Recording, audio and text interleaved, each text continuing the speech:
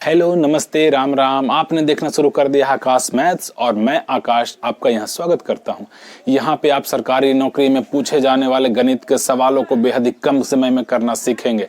आप ऐसे कॉन्सेप्ट सीखेंगे जिसको अप्लाई करके, और मैं एप्लीकेशन सिखाऊंगा वैसे कॉन्सेप्ट का जिससे आप गणित के सारे सवालों को बेहद ही कम समय में करके अपनी सफलता के झंडे गाड़ेंगे। इसलिए आप जुड़े रहें और जुड़े रहने के लिए सब्सक्राइब करें और बेल आइकन को टच करें। मैं आपको ये सिखाऊंगा कि कॉन्सेप्ट जानना तो बहुत जरूरी है ही, और कॉन्सेप्ट भी सिखाऊंगा, लेकिन उससे भी ज्यादा जरूरी है कि उस कॉन्सेप्ट का एप्लीकेशन अप्लाई करना। पूरा तर्कस बानों से भरकर रखना तो जरूरी है ही, लेकिन उससे भी बेहद जरूरी यह है कि लक्ष्य पर कब कौन सा बाण साधा जाए जिससे आपकी जीत सुनिश्चित हो। यही मैं आपको सिखाऊंगा। आज की इस वीडियो में मैं एमटीएस और हवलदार का जो इतनी बड़ी वैकेंसी आई है, जो पहले कम संख्या में आती थी, ये आपके लिए गोल्डन अपॉर्चुनिटी है। आप इसको जाने ना दें, इसी में सफलता आपको हासिल कर ही लेना है। इसीलिए मैंने इसको ध्यान में रख करके एमटीएस प्रीवियस ईयर के सवालों को क्विक में सॉल्यूशन, यानी इसलिए मैंने इसको चुटकी में क्वेश्चन सॉल्व सीरीज नाम दे दिया। इसमें आपको प्रीवियस ईयर को सवालों को मैं करना सिखाऊंगा, करके दिखाऊंगा कि कितने कम समय में एकदम मतलब अधिकांश मोर देन 80% 90% सवालों को आप 3/4 तो जरूर ही कहोगे, जिसे आप देखोगे और अच्छे प्रैक्टिस करके रखोगे तो देख करके ही आंसर को टिक आउट करोगे। ऐसे कॉन्सेप्ट सिखाऊंगा, करने के तरीके सिखाऊंगा, कब कौन सा कॉन्सेप्ट किस क्वेश्चन पे लगाना है ये भी आपको आना चाहिए, यही मैं सिखाऊंगा। जैसा देश वैसा वेश, तो जैसा क्वेश्चन वैसा कॉन्सेप्ट, यही सीखने के लिए आप यहाँ बने रहें और देखिए आपको बहुत लाभ मिलने वाला है।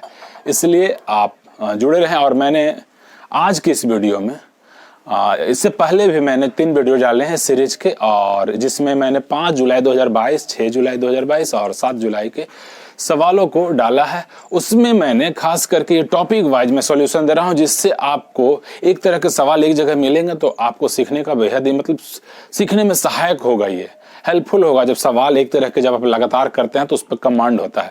इसी के लिए मैंने ध्यान में रख करके शुरुआत के वीडियोज में अभी तक और आगे आने वाले कुछ वीडियोज में मैं नंबर सिस्टम और उसके आसपास के टॉपिक जैसे mixture age, alligation, ratio proportion, LCM, HCF, ऐसे टॉपिक्स जिसमें नंबर्स का बेहद गेम होता है, रोल होता है सॉल्व करने में, इसको मैं ऐसे सवालों को करूंगा। उसके बाद जिसमें परसेंटेज आता है उसमें उसको करूंगा, और उसके बाद एडवांस और मिसलेनियस के सारे सवालों को करूंगा। तो आप जुड़े रहें, लाभ उठाते रहें और सफलता की ओर 2-4 कदम आगे बढ़ जाएं। तो चलिए शुरू करते हैं। आज के इस वीडियो में हम 8 जुलाई 2022 को जो पेपर हुआ था, तीनों शिफ्टों के नंबर सिस्टम और उसके आसपास वाले टॉपिक्स को सॉल्व करेंगे, क्वेश्चन को सॉल्व करेंगे बेहद ही आसान ढंग से। इससे पहले मैंने 3 वीडियो डाले हैं, वो भी आप देखें और सीखें, ये आपके लिए बेहद जरूरी है। वो 5, 6, 7 जुलाई तीनों के मतलब नंबर सिस्टम और उसके आसपास वाले टॉपिक के क्वेश्चन, और सारे वीडियो में सब लगभग 20 मिनट के आसपास सवाल होंगे और सब वही 50 मिनट के आसपास का वीडियो होगा। तो वीडियो लंबा इसलिए कि मैं कॉन्सेप्ट सिखाता हूँ, मतलब आपको कॉन्फिडेंस बूस्ट करता हूं, आपको कॉन्फिडेंस कॉन्सेप्ट सिखा करके। तो बने रहिए, सीखिए।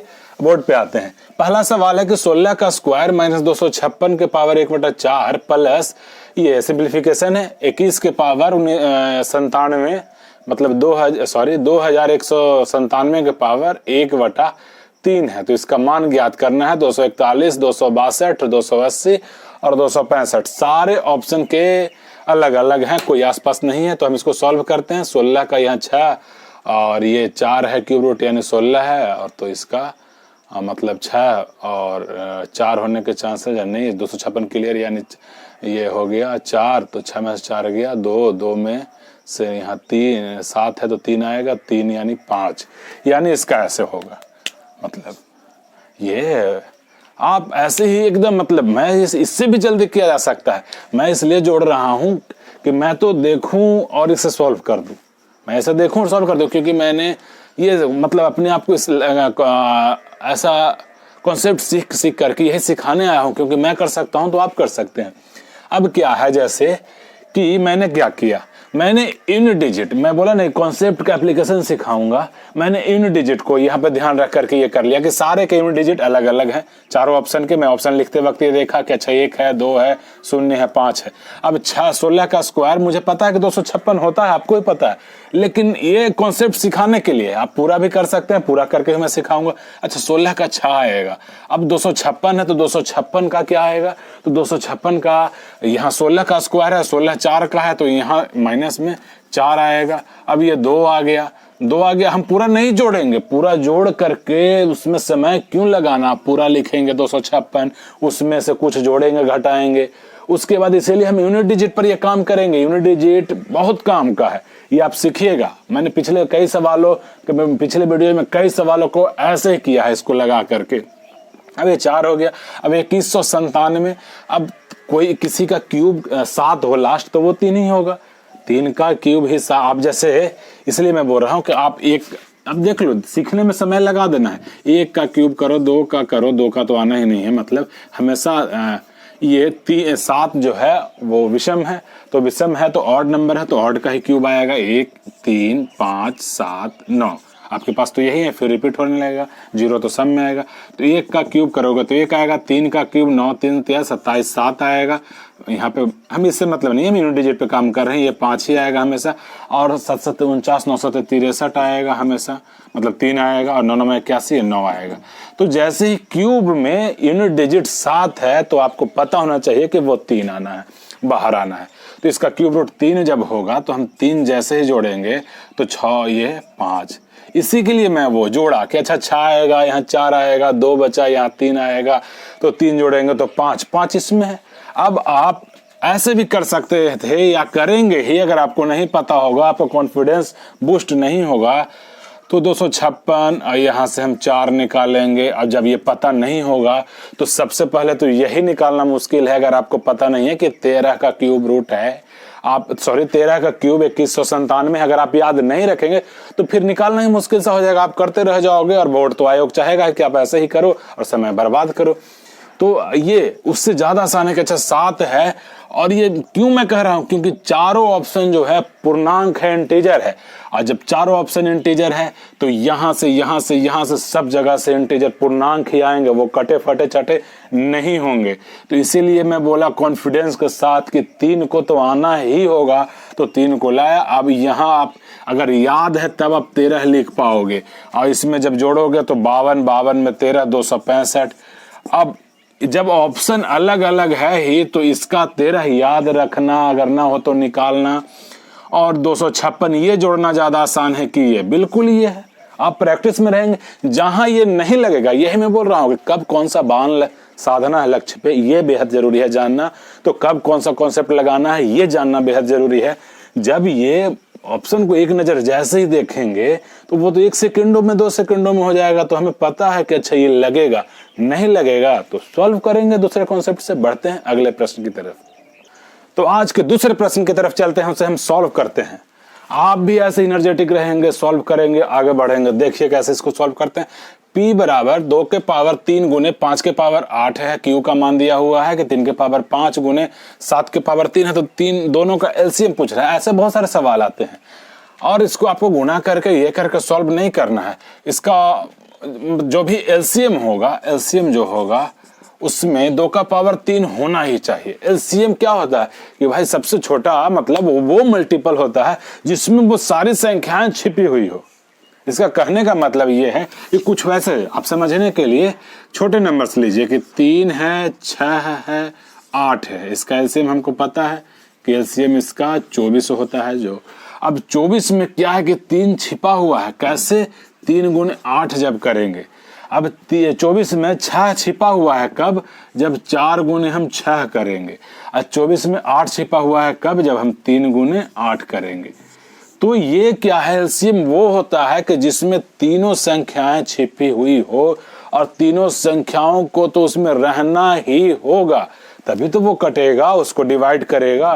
तो वैसे ही आपको ये देखना होता है जब ऐसे फैक्टर वाले हों तो कि P बराबर 2 के पावर 3 है, यानी कि जो इसका एलसीएम होगा उसमें, सॉरी कैप गिरा था, पेन का मार्कर का, कि p बराबर 2 के पावर 3 गुने 5 के पावर 8 है, तो इसको तो होना ही होना होगा, इसको सब जगह होना होगा। तो अब यहाँ आप ये चेक कीजिए कि यहाँ जो है कोई भी बड़ा कौन सा आपको दिख रहा है, तो हमें नहीं पता कौन सा बड़ा है, तो चलो समझने के लिए हम ऐसे लिख लेते हैं, घबराना नहीं इसको लिखने में। प्रैक्टिस में जो लिखना है, जो सुधारना है, जो काटना है, प्रैक्टिस कॉपी पे कर लेना है, ताकि वो गलती आपका एग्जाम में ना हो। जो सारी गलतियों को आपको पेपर कॉपी पे ही कर लेना है, क्योंकि वहां गलती का कोई चांस नहीं होते पेपर में, एग्जाम में। तो हम जैसे लिख दिए कि अच्छा ये है। और एक और चीज, जैसे 3 6 8 है, तो आप कुछ भी लिखते जाओ, छोटा से बड़ा से वो फर्क नहीं पड़ना, बड़ा से ही शुरुआत करते हैं। कि जैसे ही आप इसका एलसीएम निकालने के लिए, तो चलो इस संख्या को हम ले चलते हैं, 8 ले आए हम यहाँ, तो उसी तरीके से हम p को ले आए यहाँ। अब q वाले में तो इस जैसे 6 और 3 में आते हैं, तो 8 जब हम ले आए तो 6 को यहाँ लाना है, 6 को यहाँ रखना है। तो 6 को लाने के लिए हम क्या करेंगे, 6 में हम देखते हैं 3 है। मैं बोला था पिछले कई वीडियोज में कि मैं आपको सिखा दूंगा कि तुरंत कैसे देखते के साथ ही एलसीएम निकाल लेते हैं। तो 8 में तो हम 2 ले आए हैं, 8 में तो 3 बार 2 है, लेकिन 3 नहीं है, तो हम 3 को ले आएंगे। इसका 2 तो हम 8 में ले आए हैं 6 का, लेकिन 6 का 3 नहीं लाए हैं, तो 3 को ले आएंगे। अब इस पे आते हैं, इसमें 3 संख्या है, यहाँ तो 2 ही दे रखा है, तो 3 को लाते हैं, तो 3 तो अरे पहले से है, तो पहले से है, तो यही इसका एलसीएम 24 हो जाएगा। तो ठीक वही है, जैसे मैं p को ले आया समझने के लिए, हमें पता नहीं है कौन सा बड़ा है, तो अक्सर बड़े को ही लेते हैं, आपको घबराना नहीं है, बड़ा को ले आइएगा तो उसमें ज्यादा संख्याएं होता है। जैसे इसमें 2 छिपा हुआ था सबका, तो इसीलिए बड़ा को लाते हैं। तो यहाँ तो हम मतलब गुना करके आपको मुश्किल होगा, ऐसे देखने से लग रहा है कि ये बड़ा है, लेकिन वो करना नहीं है। चेक आप जैसे ले आए, तो हम अब क्यू में आते हैं। क्यू का क्या है, अच्छा क्यू में तो 3 और 7 दिख रहा है, अलग अलग दिख रहा है। अगर कुछ होता यहाँ, जैसे इसका 2 यहाँ 8 में है, तो 2 को छोड़ करके 3 को ले आए। तो अगर क्यू में 2 ये वाला कुछ होता, तो इसको छोड़ करके और बाकी को ले आते। यहाँ पे इसको छोड़ करके जैसे 2 का पावर 3, तो अगर यहाँ 2 का पावर मान लीजिए 5 होता, तो 2 का पावर 3 छोड़ के 2 का पावर 2 ले आते। समझे आप? बस यही बड़ा इजी है, आप ध्यान से इसको सुनिएगा, समझिएगा। तो 2 का पावर 3 ले आते, लेकिन यहाँ तो है ही नहीं। अब 5 के पावर 8 भी नहीं है, यानी सारे नए हैं। और जब नए हैं यानी वो बचे हैं इसकी तरह, तो जब बचा हुआ है तो उसको तो लाना ही पड़ेगा, तो हम ले आएंगे। और ये जहां दिखेगा वो एलसीएम है, तो यहाँ दिखा यही एलसीएम है। मतलब ऐसे ही ये आपको सीखने में समय दे देना है, लग रहा होगा, तो मैं सिखाने में, इसलिए मैं बोला कि 20 मिनट की वीडियो में 20 सवालों को सॉल्व करने में 40 50 60 मिनट लग ही जाते हैं, क्योंकि ऐसे सिखाता हूं मैं। और जब ये सीख जाएंगे तो अगली बार इसका एप्लीकेशन दिखाऊंगा मैं, कि जैसे ही देखूंगा अच्छा 2 के पावर 3 दिख रहा है, 5 है, 3 है, सब अलग अलग है, तो सारे के सारे होना जरूरी है। जब भी अलग अलग दिखे तो चारों को होना जरूरी है। पावर तो वो होना ही होना है, कम से कम वो पावर होना ही होना है उसमें। आपको ये चेक करेंगे, हम देखेंगे ऐसे सवाल आएंगे तो और आगे भी सीखेंगे। बढ़ते हैं आगे।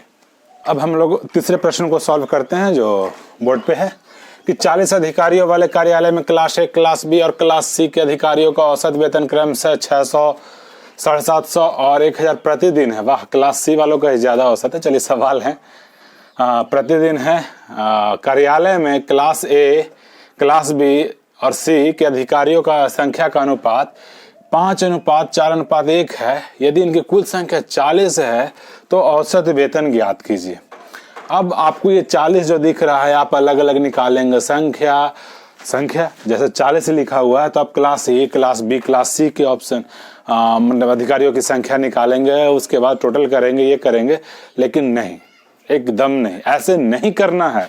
इसी के लिए आप देख रहे हैं, जैसे अक्सर ऐसा क्या होगा कि 40 है तो अलग अलग संख्या निकालेंगे, इसका टोटल निकालेंगे, फिर इसका टोटल निकालेंगे, फिर इसका टोटल निकालेंगे, और जो आएगा वो फिर औसत में ही ना उसको ऐसे वैसे करके, ये नहीं करना है। अब आपको क्या करना है, प्रतिदिन का दिया है, महीना 30 दिन का दिया है, कि हम अक्सर पिछले कई वीडियोज में से सीख रहे हैं कि इसको सॉल्व कैसे करेंगे। आप ध्यान दीजिए, कोई भी आप मान लीजिए, जैसे बीच वाला को ही लेकर के चलते हैं कि 7.5। हम ये मान लेते हैं कि 3 गांव, 3 ग्रुप, 3 क्लास, 3 वर्ग, कुछ भी ऐसा है जिसमें एक में ए में 5, दूसरे में 4 और तीसरे में 1, यही मान लेते हैं। रेशियो वाले की संख्या ही एक्चुअल यही है। और सब लोग जो है ए वाले पार्टी वाले जो कॉन्सेप्ट है कि क्लास ए वाले ये 5 जो है बच्चे 600 मतलब 600 रुपये प्रति व्यक्ति, बच्चे व्यक्ति वो लाते हैं कि पार्टी करना है। 750 ये 4 हैं और 1000 1 हैं, ऐसे बच्चे हैं। अब उसका कैसे हम करेंगे कि हम ये देखते हैं कि सबसे पहले ये 4 क्लास बी वाले हैं जो पार्टी का प्लान किया कि अच्छा हम पार्टी करते हैं। तो ये लोग इकट्ठा किए कि 750 ये हमारे पास हो गए हैं। अब क्लास ए वाले आए और बोले यार हमें भी पार्टी सार्टी करनी है, हमें भी करवाओ पार्टी सार्टी। थोड़ा सा ये बातचीत की, क्लास बी वाले बोले अच्छा आ जाओ, तुम भी आ जाओ। तो ये जो आए इनको लाना है, ये बोले कि 750 750 रुपये लगेंगे तभी पार्टी करने दूंगा। अब ये तो बोले कि भाई मेरे पास उतने पैसे हैं नहीं। तो फिर ये लोग बोले अच्छा चल आ जा, क्या तुम लेकर के आ रहे हो। तो ये लोग 600 रुपये प्रति ले, औसत का मतलब इसे ऐसे ही समझना है कि 600 रुपये प्रति बच्चे व्यक्ति लेकर के आ रहे हैं। अब इनको लाना चाहिए था 750, ला रहे हैं 600। कितना ला रहे हैं तो ये कम ला रहे हैं बेचारे, कम ला रहे हैं। मतलब वो हम बाद में ये कर लेंगे कि कम बेसी, इसलिए प्लस में आपको समझने के लिए लिखा रहा हूं। जब प्रैक्टिस हो जाएगा तो आप डायरेक्ट करेंगे इसे। अब ये बोले कि कितना, तो ये 150 कम ला रहे हैं प्रति व्यक्ति, 150 कम ला रहे हैं। कितने व्यक्ति हैं तो ये 5 हैं। तो ये 5 व्यक्ति प्रति 150 रुपये कम ला रहे हैं। चलो इनका हो गया। अब क्लास सी वाले आ रहे हैं कि यार मुझे अकेले कैसे छोड़ दोगे, मुझे भी पार्टी में रखो। बोला आजा, तू भी आजा। अब इससे क्या है कि क्लास सी वाला बोला कि देख हमारी पार्टी सार्टी की तैयारी हो रखी है, अब नहीं रखेंगे। थोड़ा सा डराया, बोला पैसे ज्यादा ले ले लेकिन रख ले। तो बोला अच्छा ठीक है आजा, पैसे का मुंह किसे ना हो। तो वो आया तो ये 1000 वाला एक ही व्यक्ति है, अकेला था, 1000 लेकर के आया। लाना है 750। बी वाले का क्राइटेरिया क्या है, ये कर रखेंगे 750 लेके आना है। लेकिन वो जब धमकाया वगैरह कि नहीं, तो वो 1000 लेकर के आ गए। कितना ज्यादा लेकर के आए, ये माइनस में क्यों, ये कम लेके आए थे, ये ज्यादा लेकर के आए। लाना था 750, लेके आ गए ये 250। कितने व्यक्ति हैं, एक ही है, तो हम इनका ये कर देंगे।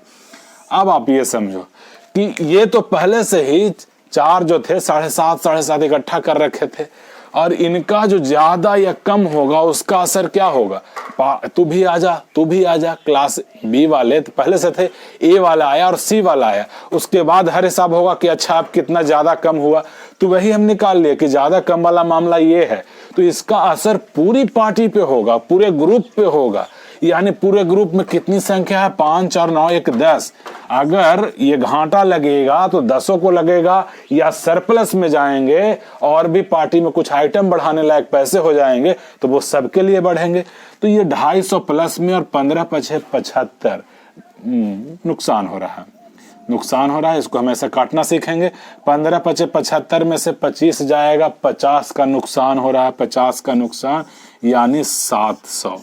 ये हो गया सबका औसत हो गया प्रतिदिन का। अब इसमें जैसे 3 का हम 30 से गुना करेंगे तो 21,000 आएगा पूरे महीने का।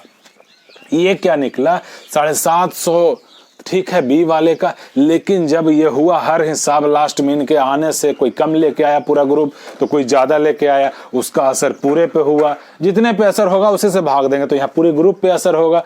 ग्रुप पे असर हुआ कितने का कि 50 से कमी हो गई। ये 15 पचे 75 और 25 उसमें प्लस में, यानी 50 की कमी हुई, यानी 700 ग्रुप का एवरेज हो गया 700। ये प्रतिदिन का हुआ। तो ये महीने का पूछ रहा है कि तो औसत वेतन ज्ञात कीजिए, ये महीने का। तो उनका यहाँ मासिक औसत लिख, अगर यहाँ छूट गया इसे मासिक औसत आप कर लें। ये महीने का पूछ रहा है, मासिक औसत, ये पूरे महीने का, इसलिए मैं लिख रखा है इस प्रश्न में कि मान लीजिए आपके इस महीने में 30 दिन थे, 30 डेज थे।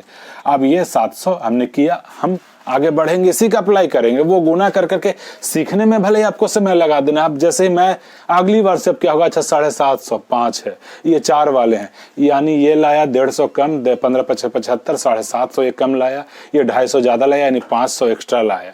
ऐसे ऐसे करेंगे। 500 एक्स्ट्रा लाया, वो 10 में बटेगा, यानी 500 की कमी हुई, 500 की कमी हुई तो वो 10 में कमी होगा, तो अच्छा 750 में से 50 घट जाएगा, वो 700 होगा, 2100 होगा। आप बिना पेन पेपर के ऐसे सॉल्व करेंगे। बढ़ते हैं आगे। अब हम चौथे प्रश्न को सॉल्व करते हैं। एमटीएस एवरेज के सवालों से प्यार करता है। एमटीएस मतलब एसएससी, अक्सर बहुत सारे सवाल होंगे। अब पिछला जो हमने सीखा उसका अप्लाई इसमें करेंगे, और जब अप्लाई करके आप देखेंगे कितने चुटकियों में से सॉल्व करते हैं। 4 क्रमागत विषम संख्याओं का औसत 8 है। यदि इनमें अगली विषम संख्या को शामिल कर लिया जाए तो पांचों का नया औसत क्या होगा? ऑप्शन है 7, 10, 11, 9, 8। ठीक है, अब इसे हम सॉल्व करते हैं। इसे एकदम तुरंत जल्दी से किया जा सकता है। अब कैसे? मतलब आज के बाद से पेन नहीं उठाना है आपको। वो ये है कि जब भी क्रमागत लगातार दे, संख्याएं दे या विषम संख्याएं दे, सम संख्या हो, प्राकृतिक संख्या हो, तो उसमें जो औसत होता है, मैं बार बार बोल रहा हूं कि वो बीच वाला मान होता है। जहां बदलेगा वो सिखाऊंगा।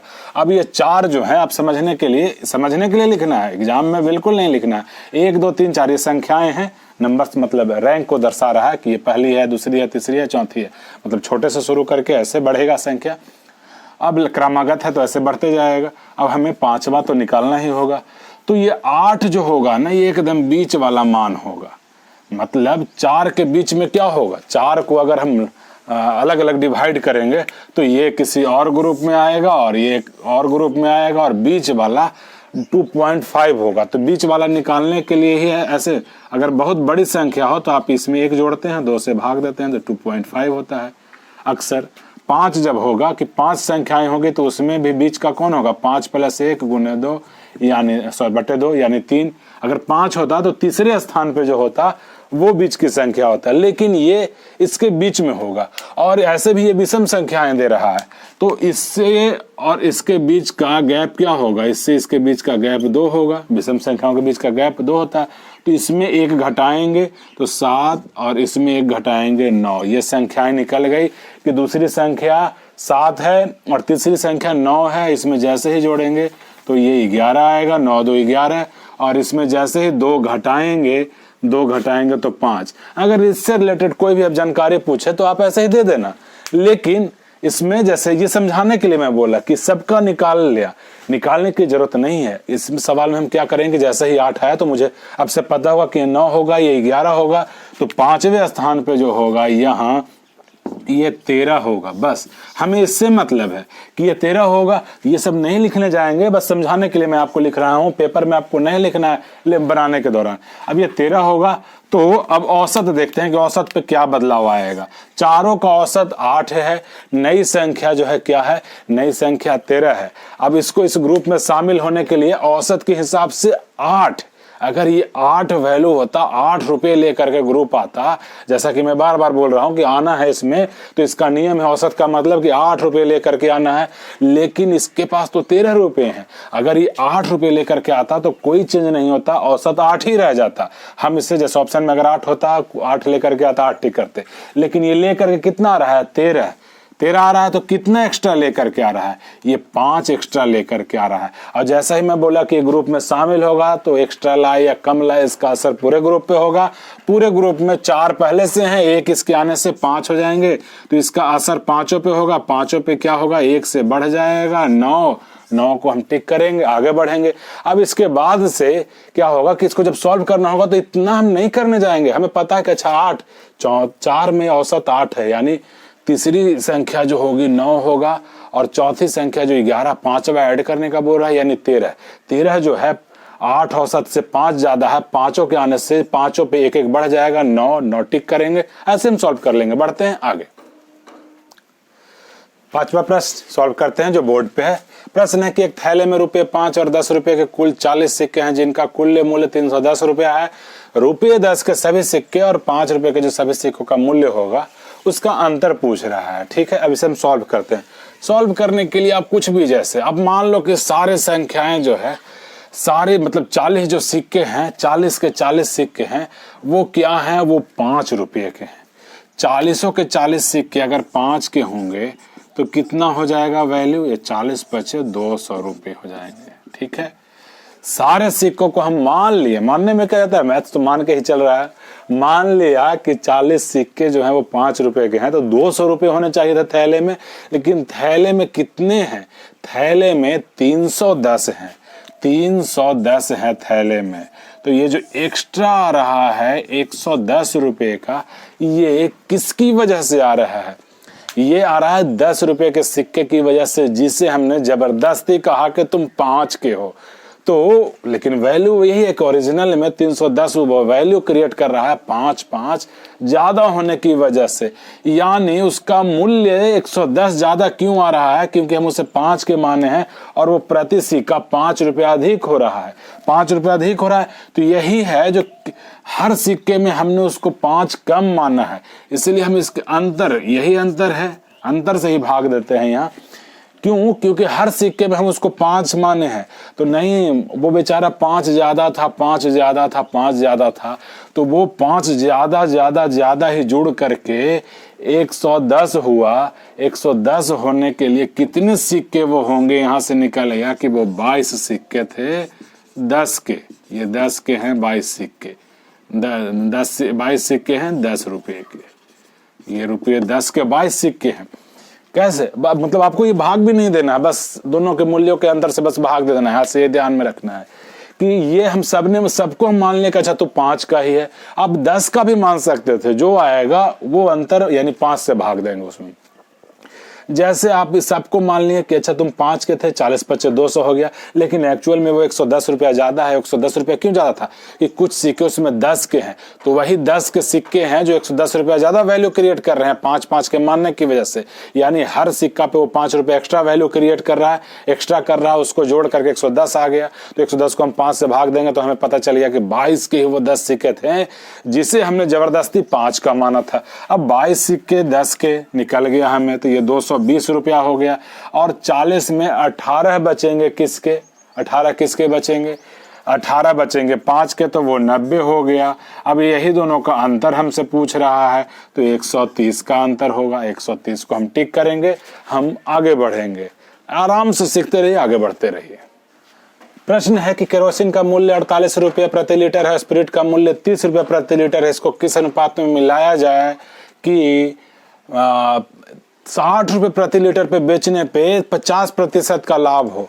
अब इसका हम जैसे पहले मिश्रण का मूल्य, तो वही पूछ रहा है कि किस अनुपात में मिलाया जाए, तो मिश्रण का मूल्य हम निकालते हैं। मिश्रण का मूल्य जैसे 60 रुपये में बेचने पर वो बोल रहा है कि 50% का लाभ हो, 60 रुपये में बेचने पर 50% का लाभ हो, यानी ये विक्रय मूल्य है, ये विक्रय मूल्य दिया हुआ है। ये मतलब लिखने की जरूरत नहीं है, मुझे पता है कि 40 है तो 20 रुपया उस पर लाभ देगा, 50% का लाभ लेगा, तो वो 60 होगा। लेकिन समझाने के लिए आपको ये कर रहा हूं कि विक्रय मूल्य, जब विक्रय मूल्य 60 रुपया है तो क्रय मूल्य कैसे निकलेंगे, तो बोल रहा है कि 50% लाभ पे, तो 50% लाभ पे यानी ये जो है 150 के बराबर है, और हम 100 से निकालते हैं, अक्सर ही ऐसा करते हैं क्रय मूल्य के लिए। अगर वो बोलता है कि 10% हानि पर तो 90 नीचे लिखेंगे, 100 निकालेंगे। जो भी करे विक्रय मूल्य के साथ वही करते हैं, विक्रय मूल्य जिस रूप में हो। यहाँ पे अगर बोलता कि वो 25% लाभ लिया, तो विक्रय मूल्य के नीचे 25 और 100 से गुना कर देंगे, क्रय मूल्य निकल जाएगा। क्योंकि हम मान रखे हैं कि 100 क्रय मूल्य है तो 150 विक्रय मूल्य है, बस यही है। तो यहाँ से हम निकलेगा, जैसे मुझे पता है कि 40 है, फिर भी ये 3 और ये 2, ये 3 से 20, 40 रुपये प्रति लीटर आ गया। अब इसको हम एलिगेशन लगाते हैं, एलिगेशन भी जानना जरूरी है। एलिगेशन कैसे लगाते हैं, ये 48 है, ये 30 है, ऐसे लिखते हैं। और ये स्पिरिट है, केरोसिन का मूल्य है, स्पिरिट का मूल्य है। इसके मिलाने के बाद हम डायरेक्ट यहाँ विक्रय मूल्य नहीं लिखेंगे, यहाँ एक ही कैटेगरी वाले, यूनिट वाले मतलब इसमें आते हैं, स्पेसिस एक ही तरह के होने चाहिए। तो ये 40 आ गया है कि हम इसको मिला रहे हैं, इसको मिला रहे हैं, तो ये 40 रुपये प्रति लीटर बन रहा है।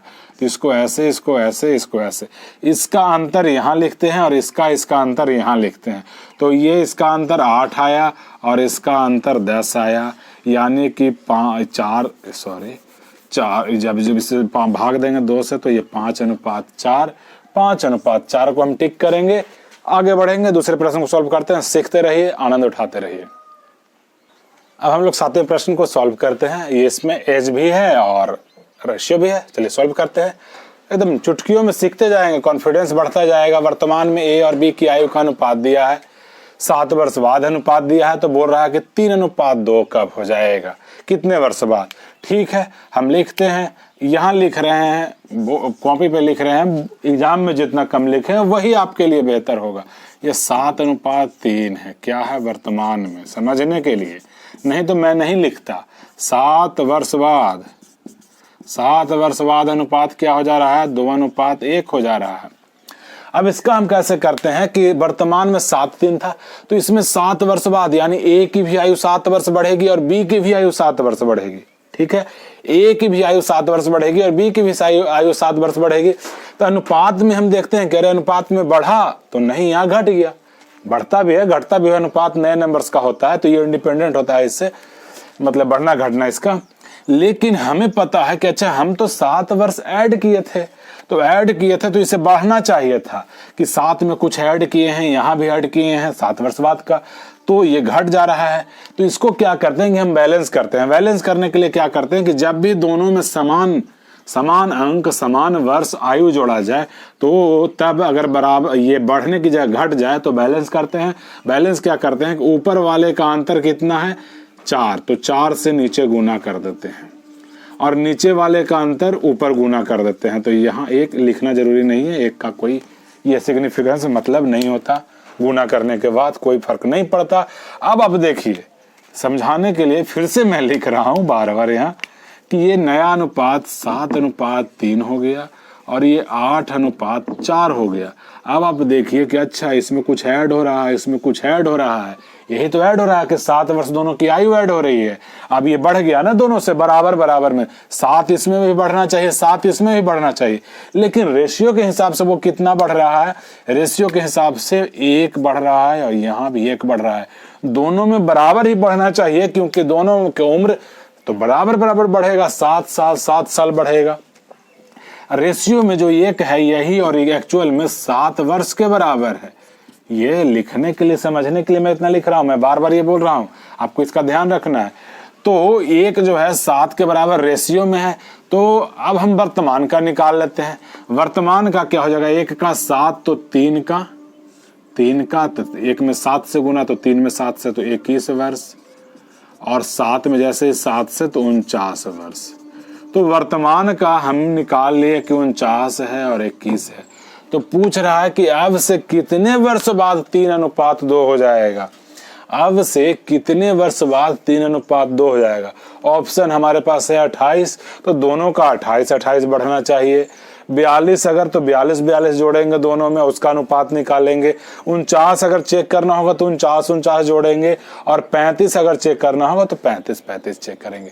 लेकिन क्यों आप यहाँ पे है, क्योंकि शानदार चीजें सीखने के लिए। तो चलिए सीखते हैं कि हम जोड़ करके इतना चेक नहीं करेंगे। हमें पता है कि इसका वाला जो ये जो है, ये वाला जब कुछ जोड़ करके हम उसका अनुपात निकालेंगे तो वो 2 से कटना ही होगा। अनुपात का मतलब यही होता है कि यहाँ पे हम इनमें से जोड़े कितने वर्ष बाद पूछ रहा है, तो वो वर्ष जब ऐड करेंगे तो वो 2 का मल्टीपल होना ही होगा। और यहाँ 2 के मल्टीपल होने के लिए 2 का मल्टीपल हमेशा सम होता है और 21 में सम बनाने के लिए इसको विषम जोड़ना होगा, यानी कि या तो आप 49 जोड़ेंगे और नहीं तो 35 जोड़ेंगे। कॉन्सेप्ट सिखाने के लिए मैं ऐसा कर रहा हूं।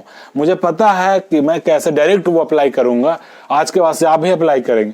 तो 49 और 35 है, ये दोनों जोड़ना ही से, तो अब पता चल गया आपको कि 28 और 42 ऑप्शन नहीं होगा, अब 49 और 35। तो अब सीखते हैं दूसरा कॉन्सेप्ट, जो आप एकदम आपके दिमाग की बत्ती जलेगी सीखने के बाद, ये इतना नहीं करना पड़ेगा। तो दूसरा क्या है कि अभी हम कैसे चेक करें 49 और 35, तो हम इस पे भी आते हैं। एक और कॉन्सेप्ट क्या है कि इसको 3 का मल्टीपल होना होगा इसमें ऐड करने के बाद। तो 3 का मल्टीपल तो यही है कि अविभाज्यता का नियम है कि जो संख्या है उसके अंकों का योग भी 3 से विभाज्य होना होगा। तो इसमें हम इसके अंकों का योग देखते हैं कि 9 4 13 है। 13 में हम क्या जोड़े हैं कि वो 3 से विभाजित हो जाए। तो इन दोनों में से किसके अंकों का योग जोड़ेंगे कि वो, चारों को आप चेक कर सकते हैं समझने के लिए, जोड़ेंगे कि वो 3 से विभाजित हो। तो 9 4 13 में 13 जोड़ेंगे तो 26 3 से कटेगा, नहीं कटेगा। तो 13 में 5 3 8 जैसे ही जोड़ेंगे तो वो 21 हो जाएगा, यानी कि इसका आंसर 35 होगा। आप जोड़ करके चारों ये देख सकते हैं, लेकिन यही जब आपको पता हो जाएगा तो डायरेक्ट ऐसे करेंगे 49 9 4 13। दो का भी चेक नहीं करेंगे क्योंकि दो सम है, दो भी सम है। वो समझाने के लिए मैं सिखा रहा हूं बार बार, आप ध्यान दीजिएगा ये चीजें। तो यहाँ पे हम लगाएंगे 3 वाला कॉन्सेप्ट। अच्छा 9 4 13 क्या जोड़ेंगे, 13 8 2 10, नहीं ये नहीं होगा। 13 10 23 नहीं कट रहा है। 9 4 13 तो हमें पता है। 13 में जैसे ही 4 2 6 जोड़ेंगे तो 19 नहीं कटेगा ये 3 से। 49 में 13 ये हो गया, 13 ये होगा। 26 अंकों का योग नहीं कट रहा है 3 से, तो वो भी नहीं कटेगा। जैसे ही 13 8 21 करेंगे, हाँ 21 कटेगा 3 से। टिक करेंगे, आगे बढ़ेंगे, बढ़ते हैं हम भी आगे। अब हम लोग 8वें प्रश्न को सॉल्व करते हैं जो दूसरे शिफ्ट का था। इससे पहले हम पहले शिफ्ट का कर रहे थे सवाल। ये है कि एक कक्षा में 17 छात्रों का औसत भार 56 किलो है। 3 नए छात्र आ गए जिनका 57 62 और 68 है। कक्षा में शामिल होते हैं, चलो होते हैं। तो नया औसत, कक्षा का औसत पूछ रहा है। तो कक्षा में आने का क्राइटेरिया क्या है कि 56 किलो ही लाना है भाई। तो ये क्या कर रहे हैं कि पहला छात्र जो एंट्री लिया वो 1 किलो ज्यादा लेके आया। तो 1 किलो जो ज्यादा लेके आया, 1 किलो को चलिए हम लिख देते हैं, 1 किलो ज्यादा लेके आया। यहाँ सारे अलग अलग हैं, इसलिए गुना वगैरह कुछ ऐसा वैसा नहीं करना है कि गुना होगा या भाग होगा। गुने 1 लिखें ना लिखें कोई फर्क नहीं पड़ेगा। अगला जो है लाना था 56, ले आया 62, 6 किलो ज्यादा आया, मोटे मोटे आ रहे हैं। फिर उसके बाद अगला जो है लाना था 56, ले आया वो 68, यानी वो 12 किलो ज्यादा लाया। और ये जो जितना ज्यादा लाए इसका क्या फर्क मतलब असर होगा, असर वो पूरे ग्रुप पे होगा। पूरे ग्रुप में यानी कक्षा में पहले 17 थे, अब 3 आ गए यानी 20 हो गए। तो पहले 56 केजी था, 12 7 19 हो गया ये। तो 19 को जैसे ही हम इससे काटेंगे तो कितना आएगा, 0.95, 0.95। 56 में जैसे ही जोड़ेंगे 56.95। आपको ऐसे ही करना है, इसलिए मैं आपको ये एप्लीकेशन बताया। और ऐसे इससे भी जब ये रहेगा, मैं तो समझा रहा हूँ, जब आपको बनाना होगा, जब आपका कॉन्फिडेंस बढ़ जाएगा प्रैक्टिस करते करते, तो सोचिए कितना जल्दी होगा। 5 सेकंड 6 सेकंड, उससे ज्यादा नहीं। बढ़ते हैं। क्वेश्चन है 9वां कि रवि 150 रुपये प्रति पेन, एक पेन का 150 रुपया कीमत है, ऐसे 5 पेन खरीदा। 100 रुपये का 2 पेंसिल खरीदा, यानी 100 रुपये का ऐसे है कि पेंसिल का रेट 100 रुपया दिया है, 2 पेंसिल खरीदा। नोटबुक का रेट 250 रुपये प्रति है, उसने 3 खरीदा। तो बोल रहा है कि रवि का औसत व्यय प्रति वस्तु क्या होगा। अब बस कॉन्सेप्ट हम लोग सीख लिए हैं, उसका अप्लाई करते हैं। आप कुछ भी ऐसे आप देखो कि अच्छा यहीं से शुरू कर देते हैं कि 150 था, ये 5 पेन खरीद लिया है। अब वो नया खरीदने गया, तो अगर वो 150 का ही होता, पेंसिल का मूल्य भी 150 होता, तो औसत व्यय पे कोई फर्क नहीं पड़ता, अंतर नहीं आता। लेकिन पेंसिल पर है कि वो पेंसिल जो है 50 रुपये सस्ता है, -50। मतलब ये जो ग्रुप में आ रहा है, तो ये 150 न ला करके 100 यानी -50 घटाव हो रहा है, कमी हो रही है। इससे आप वैसे भी समझ सकते हो, जैसे जो भी ग्रुप वाला कि अच्छा 150 तुमने 150 का 5 लोग एक ग्रुप में इकट्ठा होकर रखे हैं, 150 रुपया के हिसाब से वो जमा कर रखे हैं। और नए लोग आ रहे हैं, 2 लोग आ रहे हैं पेंसिल, नए बच्चे हैं वो आ रहे हैं। वो कैसे आ रहे हैं, वो 100 लेके आ रहे हैं, यानी वो 50 कम लेके आ रहे हैं दोनों। और ये जो है नोटबुक भाई साहब जो हैं वो 100 एक्स्ट्रा लेकर के आ रहे हैं कि यार ये 3 लोग हैं, तो इसका असर क्या होगा, इसका असर पूरे ग्रुप पे होगा। पूरे ग्रुप मतलब 5 और 2 7 और 3 10 पे होगा। तो इसको आप गुना नहीं करने जाना है, ऐसे ही आप काटना सीखो। ये 10 हुआ और ये एक ही कटा, ये 100 है। तो ये 10 दिया, 30 में से जैसे ही 10 जाएगा यानी कि 20। तो 150 में जैसे ही 20 जोड़ेंगे तो 170। टिक करेंगे, आगे बढ़ेंगे, चुटकियों में सॉल्व करते रहिए, बढ़ते रहिए। अब इस प्रश्न को सॉल्व तो सब लोग करेंगे, आप कितनी जल्दी करते हैं ये आपका रिजल्ट दर्शाएगा। रिजल्ट इसी पे निर्भर करता है। अब जैसे देखिए एम और एन का अनुपात दिया है, m² + n² दिया है, और n² - n² का अनुपात पूछ रहा है। अब जैसे ही मैं ये लिख रहा था ऑप्शन, तो मुझे पता है कि ये और मतलब दूसरा पद जो है 5 9 9 9 9 9 9 बार बार रिपीट कर रहा है, लेकिन पहला पद जो है वो सारे अलग अलग हैं, तो आंसर हम वहीं से निकाल देंगे। 1 सेकंड, 2 सेकंड, 5 सेकंड, 10 सेकंड कैसे बचाते हैं, इसी के लिए तो आप सीख रहे हैं। M square plus n square, अच्छा ये 25, ये पद हम सिर्फ निकालेंगे, उसको निकालने का ये छोड़ देंगे। ये अगर मतलब सेम होते या कॉमन कुछ में होता, जैसे 9 9 9 कॉमन है, पहला पद भी होता, तो हम सब निकालते दोनों। लेकिन यही सीख रहे हैं कि एप्लीकेशन जैसा देश वैसा भैंस, इसी से काम चला लेंगे। तो काम क्या चलाएंगे, m square plus n square, तो एम का स्क्वायर 25 और एन का स्क्वायर 16, 25 और 16 31 10 41, 41 को हम टिक करेंगे, सिर्फ इसी में है। आगे बढ़ते हैं आगे। अब हम 11वें प्रश्न को सॉल्व करते हैं जो बोर्ड पे है, बड़ा ही इजी है। देखिए कैसे, आपको भी इजी लगने लगेगा कि एक धनराशि ए बी तथा सी के बीच 8:4:3 में बांटी जाती है। ये अपने हिस्से को डी और ई के बीच बांट देता है 9:7 में। तो सी और डी के हिस्से का अनुपात क्या है, ए दानवीर है।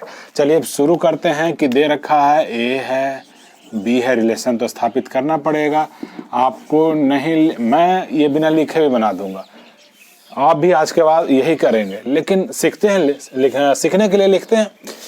अब है कि डी और ई पे आते हैं कि डी और ई जो है 9:7 में बटा है। ये के कौन है, ये ए है जिसने अपने हिस्से को इसमें बांटा 9:7 में, यानी अनुपात में सी और डी के मान को, डी और ई के मान को अगर अनुपात में जोड़ेंगे तो 16।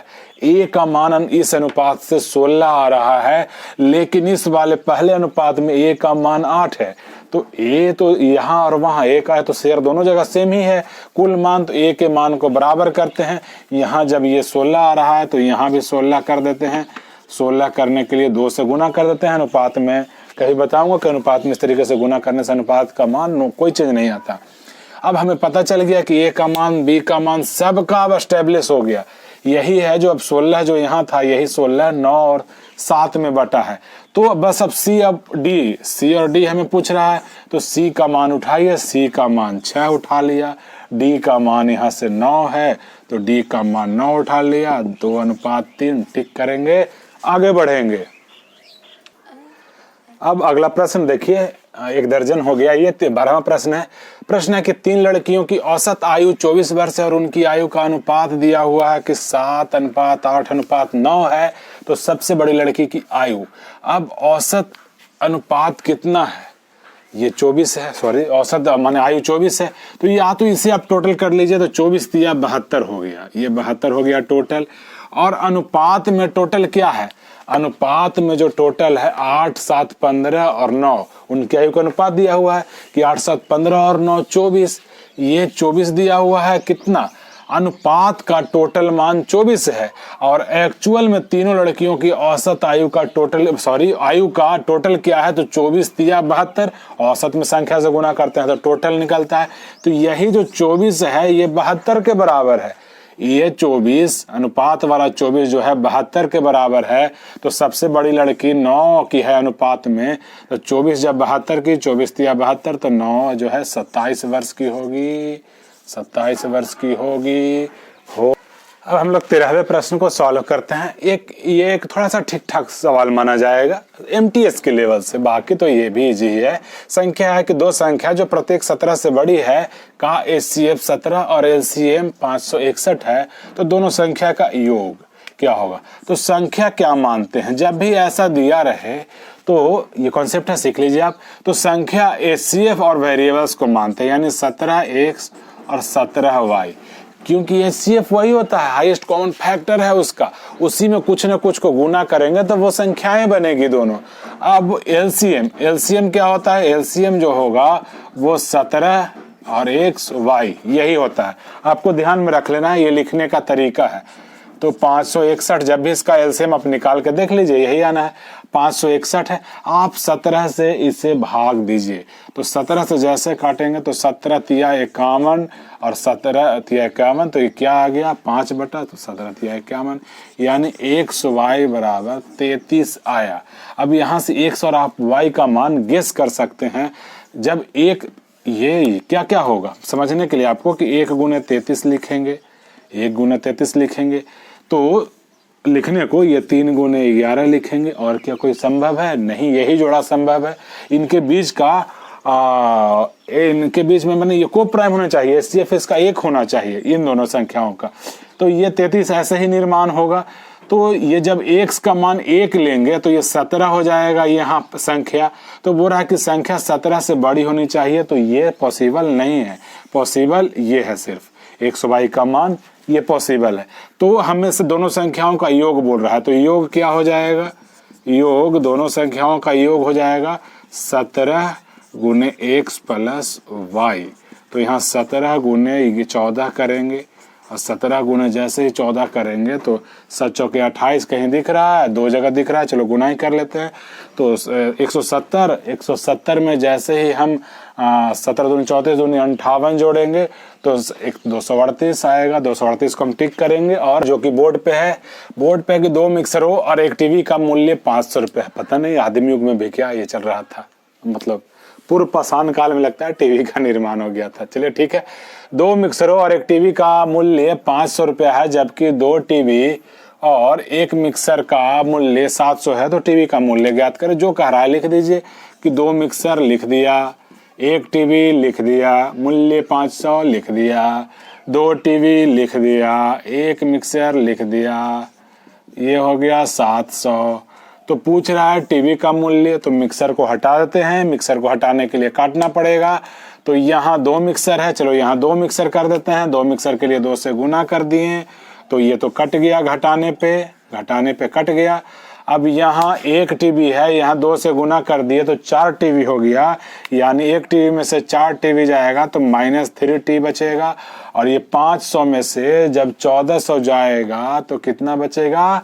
900 माइनस में। तो इससे ऐसे काटेंगे और टी इससे ऐसे काटेंगे। कितना आसान है काटने में, ऐसे सवालों को देख करके तो मजा आता होगा। तो 3 से जैसे ही काटेंगे 300 को टिक करेंगे, आगे बढ़ेंगे। प्रश्न को सॉल्व करते हैं। ये भी ठीक ठाक माना जाएगा एमटीएस के हिसाब से, लेकिन जब आप सॉल्व करना सीख जाएंगे तो आपको बड़ा ही हल्का था, इजी महसूस होगा। करते हैं। एक कार्यालय में सभी 200 कर्मचारियों का औसत वजन 68.2 kg है, जहां 2/5 कर्मचारी महिला हैं। एक पुरुष और एक महिला के औसत का वजन का अनुपात दिया है। सभी महिला कर्मचारियों का औसत का वजन, ये मेल है, ये फीमेल है। इनकी संख्या का अनुपात क्या है? ये से हमें इससे कोई मतलब नहीं है। आप यही करने में फंसे रहते होंगे कि 200 है तब निकालेंगे, उसका टोटल करेंगे, फिर अनुपात में बांटेंगे। ये वो नहीं करना है। संख्या का अनुपात क्या होगा कि 2/5 महिला है, यानी कि 2 महिला है तो 5 टोटल है। इसमें से 2 महिलाएं हैं तो 3 क्या हो गए? पुरुष हो गए हैं। संख्या का अनुपात हो गया। अब बात कर रहा है कि औसत वजन का क्या है कि पुरुष जो है 7 हैं किलो, मतलब 7 हैं तो ये 5 है। ये औसत वजन का अनुपात है। तो यहाँ से हम टोटल सबका औसत वजन, सभी कर्मचारियों का औसत निकालते हैं। ठीक वही है जैसे कि 7 पुरुष जो हैं, मतलब 3 पुरुष जो हैं, रेशियो के हिसाब से 3 पुरुष जो हैं उनका औसत 7 है। यानी कि इस ग्रुप में महिलाएं आ रही हैं, 2 महिलाएं आ रही है, जो क्या 5 लेकर के आ रही है। लाना था 7 लेकर के आ रही है 5। कितना कम लेकर के आ रही है? प्रति महिला 2 कम लेकर के आ रही है। 2 लेकर के कम आ रही है, प्रति महीना कम आ रही है तो घटा दे रहे हैं, 2 कम लेकर के आ रही है दोनों, यानी टोटल वो 4 कम लेके आ रही है। इसका असर ग्रुप पे होगा। ग्रुप में कितने टोटल हैं? 3 और 2 5। ठीक है, 3 और 2 5। तो इसे काटेंगे जब हम तो 0.8 आया। 7 में से 0.8 लाएंगे तो 6.2 आएगा। ये अनुपात का औसत हो गया। कुल कर्मचारियों का औसत हो गया, कुल का औसत हो गया ये 6.2। किसमें? और रेशियो के हिसाब से। जो एक्चुअल में क्या दिया हुआ है कि 68.2 के बराबर है। 68.2 के बराबर है, यानी 620 और उसमें 62 जोड़ेंगे, यानी 1 का मान 11 है। यहाँ से 1 का वैल्यू 11 के बराबर आया। तो हमसे पूछ रहा है कि सभी महिला कर्मचारियों का औसत वजन। तो महिला कर्मचारियों का औसत वजन कितना है? 5 है। एक का उतना ही है, वो दे रखा है 5 है। तो 5 अनुपात में हम ये 5 का मान निकालेंगे। तो 5 का मान निकालेंगे 55। दिखा कहीं? हाँ दिखा। टिक करेंगे, आगे बढ़ेंगे। बढ़ते हैं आगे। अब हम 16वां को करते हैं। इससे पहले मैं ये सोच रहा था कि इसे क्यों करवाना है, ये तो बड़ा इजी है, समानुपात का सवाल है, दिख रहा है, इतना बटा इतना, इतना बटा इतना करेंगे, ए का मान निकालेंगे। फिर मैं सोचा क्यों नहीं करवाना। पहले सोचा कि नहीं करवाना, फिर सोचा कि अरे इसे करवाना जरूरी है, तभी तो आप सेकंड बचाएंगे। कैसे? तो समानुपात में है। ये 4 से हम देखेंगे, अच्छा 4 डेढ़े 6, तो 6 डेढ़े 9, 9 को टिक करेंगे, आगे बढ़ेंगे। इसीलिए मैं सोचा कि क्यों ना करवाएं, क्योंकि आप वही करेंगे, इतना बटा इतना, इतना बटा इतना। तो ये इससे रिलेशन दिखा के अच्छा 4 में 1.5 से गुना करेंगे, 4 डेढ़े 6, तो 6 डेढ़े 9, 9 टिक करेंगे, आगे बढ़ेंगे। बढ़ते हैं आगे। फिर से वही, इस प्रश्न को जब मैं लिख रहा था बोर्ड पे तो सोचा कि क्यों इसे करवाना। फिर वही है कि इसे करवा ही देता हूं ताकि आपको समय दे करके करने की एग्जाम में जरूरत ना हो। 7 संख्या का औसत 20 है। यदि प्रत्येक संख्या में से 2 घटा दिया जाए तो नया औसत क्या होगा? 18 होगा। यही 18 होगा। क्यों? क्योंकि औसत का मेरिट है कि आप प्रत्येक में से जो घटाएंगे, जो बढ़ाएंगे, वही सब औसत पे भी वही फर्क करेगा। तो अगर यहाँ पे होता कि 2 बढ़ा दिया था 22 आंसर होगा, 2 घटा दिया तो 18 आंसर होगा। सभी में जो एक तरह का एकदम यूनिफॉर्म तरीके से कर रहा है तो औसत पे भी वही असर होगा। बढ़ते हैं आगे। 18वां प्रश्न को सॉल्व करते हैं। ये भी वही था, क्यों करवाऊं? तो इसलिए करवा रहा हूं कि वो रीजन पता चलेगा। लड़के और लड़कियों की संख्या का अनुपात 5:8 है। यदि कुल 260 है तो दोनों का अंतर यानी 13 बराबर 200, 13 दूनी 26, तो 3 दूनी 6 यानी कि 60। ये क्या होगा कि संख्या का अनुपात दिया है 5:8, तो हम यहीं से टोटल करेंगे क्योंकि कुल का मान दिया हुआ है, टोटल का वैल्यू दिया हुआ है। तो रेशियो में टोटल करेंगे तो 5 और 8 13। यही 13 जो है 260 के बराबर है, यानी 13 दूनी 26, 13 दूनी 26। तो दोनों का अंतर पूछ रहा है, तो रेशियो में दोनों का अंतर 3 होगा, तो 3 दूनी 6 हो गया 60 आंसर। बढ़ते हैं आगे। अब हम लोग 19वें प्रश्न को करते हैं। ये डराने वाला प्रश्न है, बस बोर्ड आयोग आपको चाहता है कि आप डरे। बड़ा सा प्रश्न लिख दिया, HCF निकालना है। HCF के प्रश्नों को लिखने का ये डरावनी तरीके से लिखने का ये तरीका है। इसे है कि इस प्रश्न को पढ़ते हैं कि 120 सेब, 240 संतरे और 150 नाशपाती कार्टन्स में इस प्रकार पैक किए जाते हैं कि प्रत्येक कार्टन्स में फलों की संख्या बराबर होती है। प्रत्येक कार्टन्स में केवल एक ही प्रकार के फल हैं और कोई भी फल बिना पैक किए नहीं छोड़ा जाता है। इसके लिए आवश्यक कार्टन का न्यूनतम संख्या ज्ञात करें। यही है, सब में बराबर बराबर है, सब में बराबर बराबर है। तो कार्टन्स कितने न्यूनतम होने चाहिए? तो आप इसे देखो, मतलब इसके सेब के अलग अलग कार्टन हो सकते हैं, संख्याएं इसकी अलग हो सकती है, इसकी अलग हो सकती है। टोटल को जोड़ेंगे तो वही निकालने के लिए पूछ रहा है कि न्यूनतम कितने होंगे, और सब में बराबर बराबर है, इसलिए HCF निकालना होता है। तो HCF निकालने के लिए इसका और इसका 150, ठीक है, 120, 240 और 150 का HCF कितना होगा? आपको दिखाई दे रहा है कि अच्छा ये 30 से ये भी कट रहा है, 30 से ये भी कट रहा है, 30 से ये भी कट रहा है, 30 इसका HCF होगा। HCF निकालते कैसे हैं, इस पे आते हैं। तो अंतर देखते हैं हम दोनों का। इसका अंतर कितना है? 120। इसका अंतर कितना है? तो 90। तो जो सबसे कम अंतर है उस पे आते हैं। पहले भी इसको छोड़ दो, 90 पे आओ। जो मिनिमम अंतर होता है या तो वही नहीं तो उसी का कोई फैक्टर HCF होता है, या तो वही नहीं तो उसी का कोई फैक्टर HCF होता है। तो देखेंगे इससे भाग दे करके ये कटा नहीं, इससे डिवाइड नहीं हो रहा है, तो ये HCF नहीं हो रहा है, हो सकता है, क्योंकि HCF क्या होगा? HCF तीनों को विभाजित करेगा। तो इससे नीचे आते हैं, 60 पे आते हैं, हाईएस्ट पे ही चलते हैं। ये हो रहा है, ये हो रहा है, ये तो विभाजित नहीं हो रहा है, ये भी नहीं होगा। तो 45 पे आते हैं, तो 45 पे आते हैं, तो 45 से ये विभाजित नहीं हो रहा है। अब इस पे 30 पे आते हैं, 30 पे आते हैं, तो 30 से ये विभाजित हो रहा है, ये भी हो रहा है, ये भी हो रहा है। सॉरी, यहाँ पे गलती से लगा दिया। तो 30 इसका ये संख्या यही है, यही इसका HCF होता है। निकालने का ये तरीका है, आपको भी यही लगाना है। अब 30 इसका HCF है, यानी कि अब क्या बोल रहा है कि सभी कार्टन में 30 रखे जाएंगे फल। तो जब 120 सेब है तो इसको पैक करने के लिए 4 कार्टन, 240 है तो इसको 30 सब में पैक करेंगे तो इसमें 8 कार्टन, और ये 150 है तो इसमें 30 सब करेंगे तो 5 कार्टन, 8 4 12 5 17 को टिक करेंगे, आगे बढ़ेंगे। अब आज के इस वीडियो के अंतिम प्रश्न की तरफ चलते हैं। लास्ट बट नॉट लिस्ट जो लोग कहते हैं वही है ये, मतलब आगे की वीडियो में हम सीखते रहेंगे। ये तीनों शिफ्टों क्या उसमें से एक तरह के प्रश्न जो मैंने बोले थे कि नंबर सिस्टम और उसके आसपास वाले, उसी में से ये अंतिम प्रश्न है कि 11 प्रेक्षणों का औसत 10 है, आरंभिक 6 प्रेक्षणों का औसत 9 है और अंतिम 6 प्रेक्षणों का औसत 11 है, तो छठवां प्रेक्षण ज्ञात करें। 11 है टोटल का, कितना है 110, आरंभिक 6 प्रेक्षणों का 9, 9 6 54, उसके बाद अंतिम 6 का 11 है 66। ये ज्यादा आ रहा है 10, क्यों आ रहा है ये ज्यादा 10?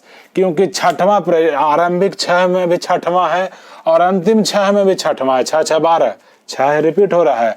परीक्षण तो 11 ही है, लेकिन आरंभिक 6 में भी छठवां घुसा है और अंतिम 6 में भी छठवां घुसा है। इसीलिए इसी के वजह से जब इन दोनों का अलग अलग का जब हम टोटल वैल्यू निकाल रहे हैं तो वो एक्स्ट्रा आ जा रहा है। एक्स्ट्रा किसकी वजह से आ रहा है? ये दोनों जगह बहरूपिया घुसा था, इसलिए इसका मान 10 होगा। और अगले वीडियो की तरफ इंतजार करते हैं। अगला वीडियो ही जल्द ही मिलेगा आपको। और सीखने के लिए, देखने के लिए आपका बहुत बहुत धन्यवाद। सीखते रहिए, आगे बढ़ते रहिए, सफल होइए। मिलते हैं अगले वीडियो में। धन्यवाद।